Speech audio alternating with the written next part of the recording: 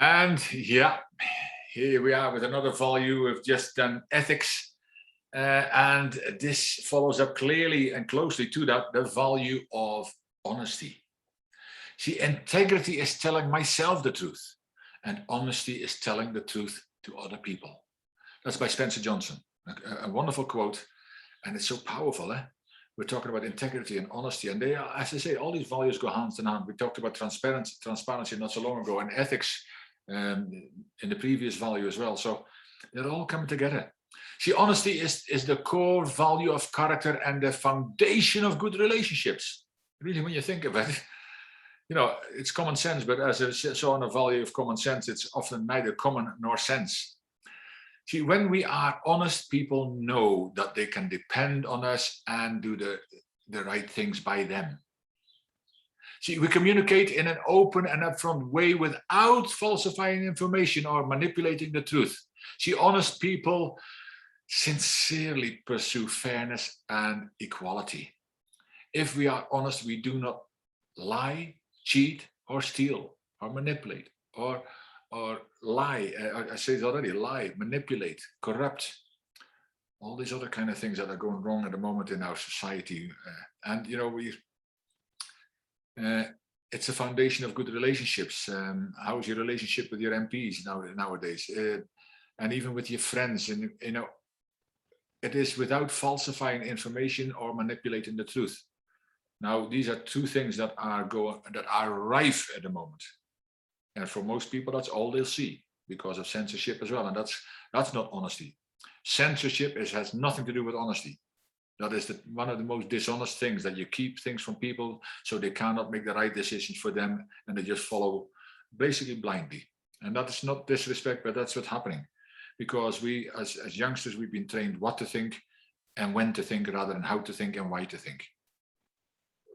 And that keeps going in life, and the program continues. But honesty is the basis for a healthy relationship at work and at home. If we are honest, we are trustworthy and dependable. Two powerful words that keep coming back in these values. See, they know that we are worthy of their trust, and as a result, they have confidence in us. Do you have confidence in your politicians? Do you have confidence in some of the doctors and scientists these days? That's all I'm saying. All I'm asking. If we are dependable in our current obligations, then people know that they can depend on us in other circumstances and with more responsibility as well. In a world in which all people were honest, we would not need to lock our doors or have walls or fences around our property. The need for police and prisons would decrease because a large portion of our crime is the result of lying, cheating, and stealing, and manipulation, and greed, and corruption. I'm just adding into that because we know honesty. It's honestly not many more things to say about it. Sometimes people say, have you ever heard people say, to be honest? And then they say something, which is strange, because does that mean that most of the time they're not honest? So they need to clarify that now in the next bit, what I'm going to say, I'm going to be honest. I know for some people it's an habit, but really it's wrong. The same as, this whole process, one of the quotes in it is that we take the values of the walls and put them in the hearts and the minds of people, including the CEO in the company, who probably doesn't even know what the values are. But I've walked into corporates before to talk about this values-based leadership process, and one of the values I see on the wall is honesty. Now, it fascinates me in a way, because surely if you've got values on the wall, which are probably chosen by very few people, and that's why there's no buy-in, because most people are not even on the same page. That's why we do these kind of things as values-based leadership, which is sustainable personal development. But if you've got values in your organization on the wall, is that values we are already having, or is that values that we want everybody to start incorporating in their lives? See, because if it's a second one that they hope that we all start incorporating the company values in our life, honesty should not be on there, because that means that surely means that we don't believe that the person walks in the door for the first time to become an employee in our organization is honest. We should fully assume that the persons coming into our company are honest people, that they have a value system. So to put honesty on there, that we think, they hope that they're going to be honest at some point in their life, that doesn't sit well with me. But anyway, it's just an observation I had as mine. As you see, I speak my truth. But it's been said that honesty is the best policy. If we demonstrate the value of honesty, we are fair and truthful in all our dealings, not in some, not in a specific few, in all of them. Walk the walk all the time. Again, as I said it with transparency and ethics and some of the other values, trust is another powerful thing because it takes a long time to build up, and that comes from honesty. People will trust you if you're honest, but you break it once. And if you've done that before, like, we can all change, and sometimes sometimes it's been the best of intentions, sometimes it's been intentional that we break that trust. But when it happens, it takes an awful lot longer, if ever, that these people will ever trust us again, because we've shown to be dishonest. It might be one time. There's a whole joke about it. I'm not going to talk about it, but it might be one time. But they remember when you were dishonest. They might not remember all the many, many times that you were honest. They remember the one. Value of honesty is most important. So some benefits of practicing the value of honesty. And one of them is you will be known and respected as a person of truth. Did I just talk about that? People will trust what you say. And they also see what you do. See, and the second one is you will have strong relationships because people will have confidence in you. They will have confidence in you. And that's what's missing. That's why so many people, even though they follow what's happening around the world, they have no confidence in the people who make those rules at the moment.